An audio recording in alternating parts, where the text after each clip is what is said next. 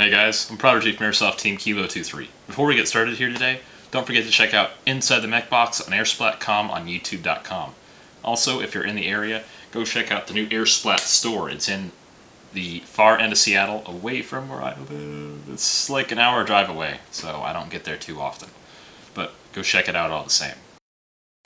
Okay, so today I had something very unusual. I've been working on this for a little bit, and I wanted to save it for a very special video. I wanted to just see what you guys think of it. Now, I posted a picture of this gun, and we will get to it in a second here, don't worry. I posted a picture of it on the Facebook page of the local airsoft field, and I got very mixed reviews about it. Some people are like, oh, that's awesome, really looks cool, good take on an old gun. Other people are like, oh my god, you screwed up an old gun, and they got all pissy about it. So, if you guys are going to be the latter half, just go away. I don't feel like dealing with random ding-dongs that are kind of, oh, don't screw up the Thompson, and just roll with it. It's an airsoft. It's a $150 airsoft gun. Deal with it. Today we're checking out my cyber gun Thompson M1A1. This is an old gun of Twitch's that he let me have. It's a pretty cheap old gun. I figure, you know what, I just tune it up, have some fun with it, and see what I can do. And obviously it's it's interesting. So we'll check all this stuff out in detail so you can actually see what I did to the stock, and I'll explain how I did it and stuff like that. So I'll just get a quick explanation of the internals out of the way before I get to the externals, because I know you guys want to check those out. The internals on this gun, pretty basic. I just re-shimmed, re-lubricated everything. I corrected the angle of engagement, which was really off on this gun for some reason. I'm amazed it lasted that long stock. But I put some steel 6mm modified bushings in here so you don't have those original plastic ones, which are just bad on this gun.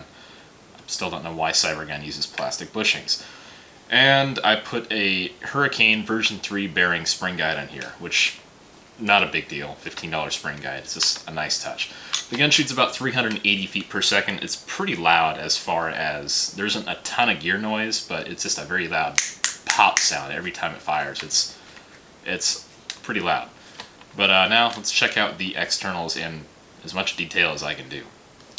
Now, the handguard on this guy, it's very basic. I took a rail that was intended for an M4 plastic handguard and just drilled 2 holes in here and bolted it on, put a Magpul angled foregrip on it, called it a day. That's pretty basic. And the furniture, I'll just go over real quick. The grip, what's left of the stock here, and the handguard is all just spray painted black. Very quick job. I used some camo spray paint, and I always like that stuff. It gives it a good texture and it looks very nice. It's very matte black. I have removed the orange flash hider. It's just a plastic cap. You can take some pliers and rip it off. There's a little bit of glue left on here. I haven't really worried about it. Moving back a little bit here, we have the stock.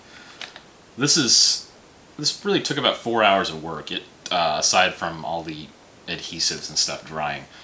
What I did was I literally hacksaw the back of this off. I penciled it out with a ruler so I could get everything straight and the right angle. I didn't want a random angle, kind of just 1 or 2 degrees off. It'd be a little weird. So I did that the best I could. I had to shave down the metal spacer that was in here that the screws go into and everything, so I could actually fit this metal plate on back here.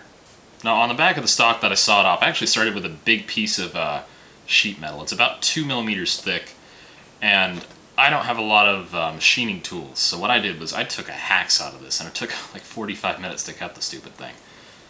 Then I took a metal file to the edges to round them down so they fit the corners of the stocks. It's more of an oval shape than the square shape I cut out here. So you can really see here that this metal plate sits right between the stock and the buffer tube. And I did have to bend the ends up here a little bit. You've got the screw in here at the bottom, and the measurements I made weren't super precise, so I had to just kind of roll with it and see what happened. I did paint it black as well as the stock. This is a G&G buffer tube, an ICS M4 LE stock, and I replaced the pin here so it would actually properly fit on a regular stock.